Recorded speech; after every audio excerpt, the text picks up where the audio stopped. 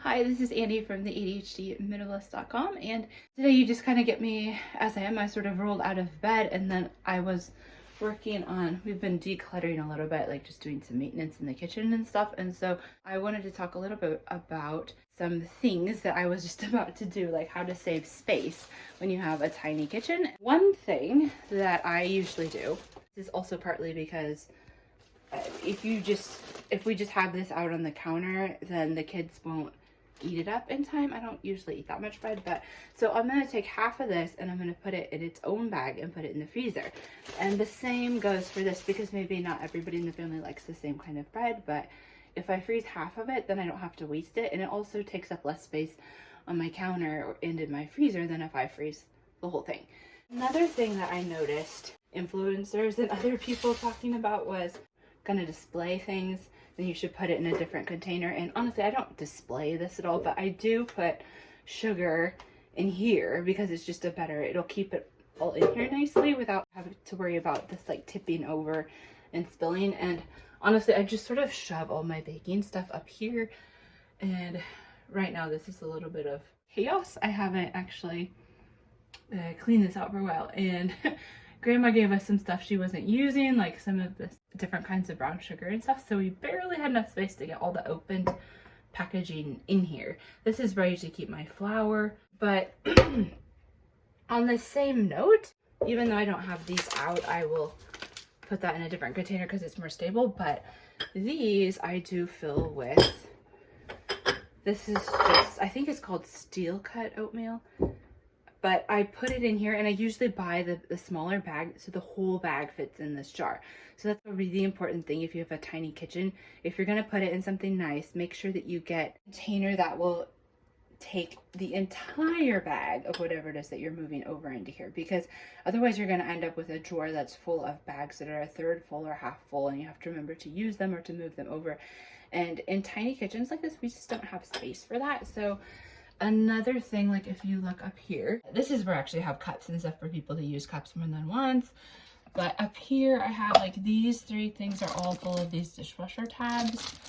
And I mean, they do look decently nice, and it would look nicer if I scrubbed some stuff that got splattered up here, and maybe if I gave it a little bit more space. But let's be honest, in really, really small kitchens, sometimes you don't have space to have things just sitting out and looking pretty. And here's some salad dressing that we didn't use up, and I didn't want to throw it out, so that's sitting there. But other than that, I have all these spices that are in bags in this bowl here. It might not be the prettiest thing, but it saved my spice drawer, because if we look in here, this looks pretty decent right now, but it was a terrible mess, and my husband about went nuts because all of the bags just kept flying around in here and either falling down in the back or covering up these other bottles.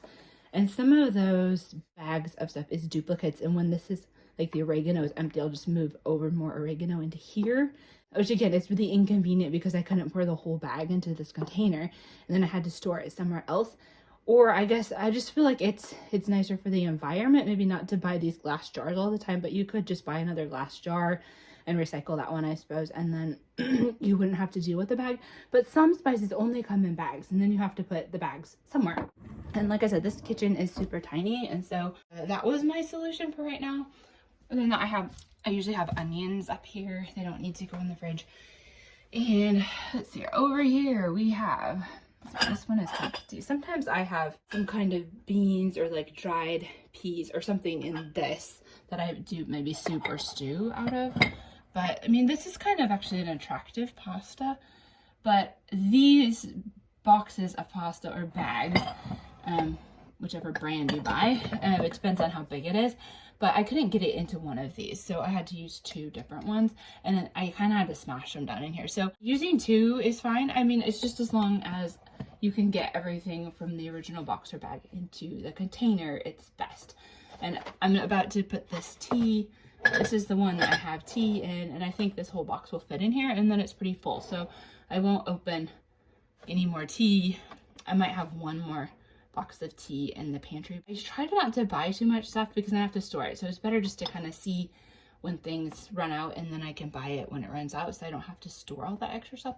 And I mean, this is spaghetti And again, I try not to buy more spaghetti than fits in here. This is coffee, whole beans, and the whole container will fit in here.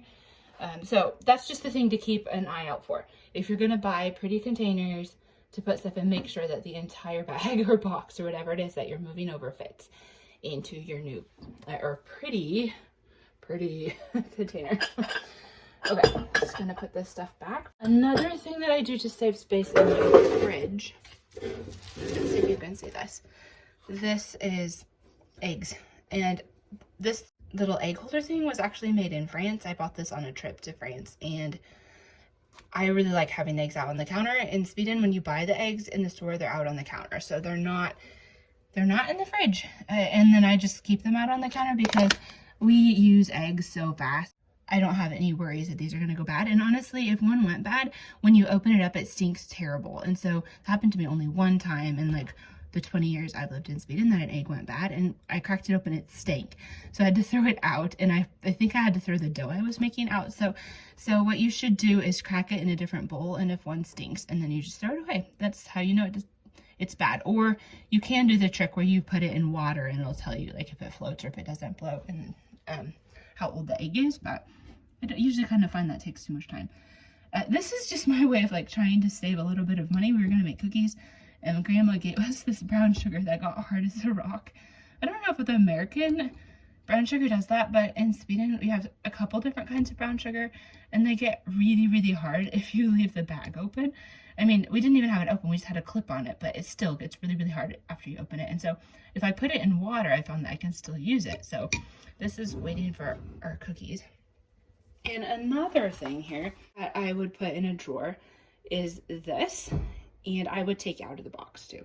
So this is what, oh, I guess that's the wrong drawer. That is my washcloths.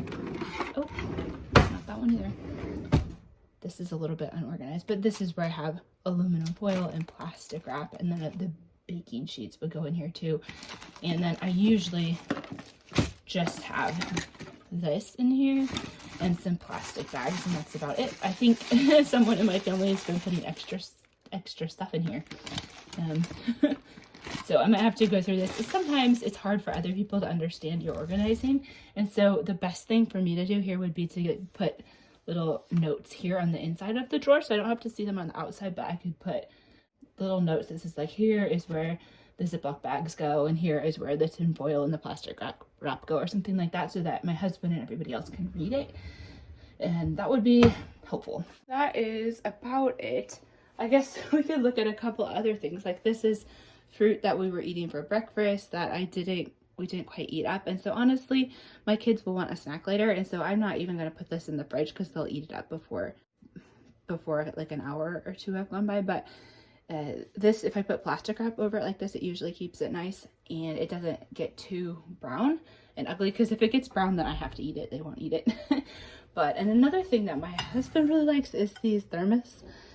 This one usually has warm water in it, and sometimes he'll heat the water the night before and put it in here, and it'll stay warm for probably up to 2 days. And the nice thing about that is that the water boiler does make a lot of noise, and our daughter, her bedroom is like right under the kitchen, and so if we don't want to wake her up in the morning, sometimes we'll just do some stuff ahead of time. But then it saves a lot of energy if you're not going to boil your water all the time, because those water boilers take up a lot of electricity. So this will probably be enough water for the whole day. And if we boil it the night before, it's still hot. So, and then this one is tea. We'll put like 1 tea bag in here and hot water and make tea, and then we have tea for the whole day. And this one is coffee. I just wanted to say thanks for spending part of your day with me, and it's been really fun to hang out. And I have a book coming out soon, so keep posted for that. I'm really, really excited, and I can't wait to tell you the title and to show you.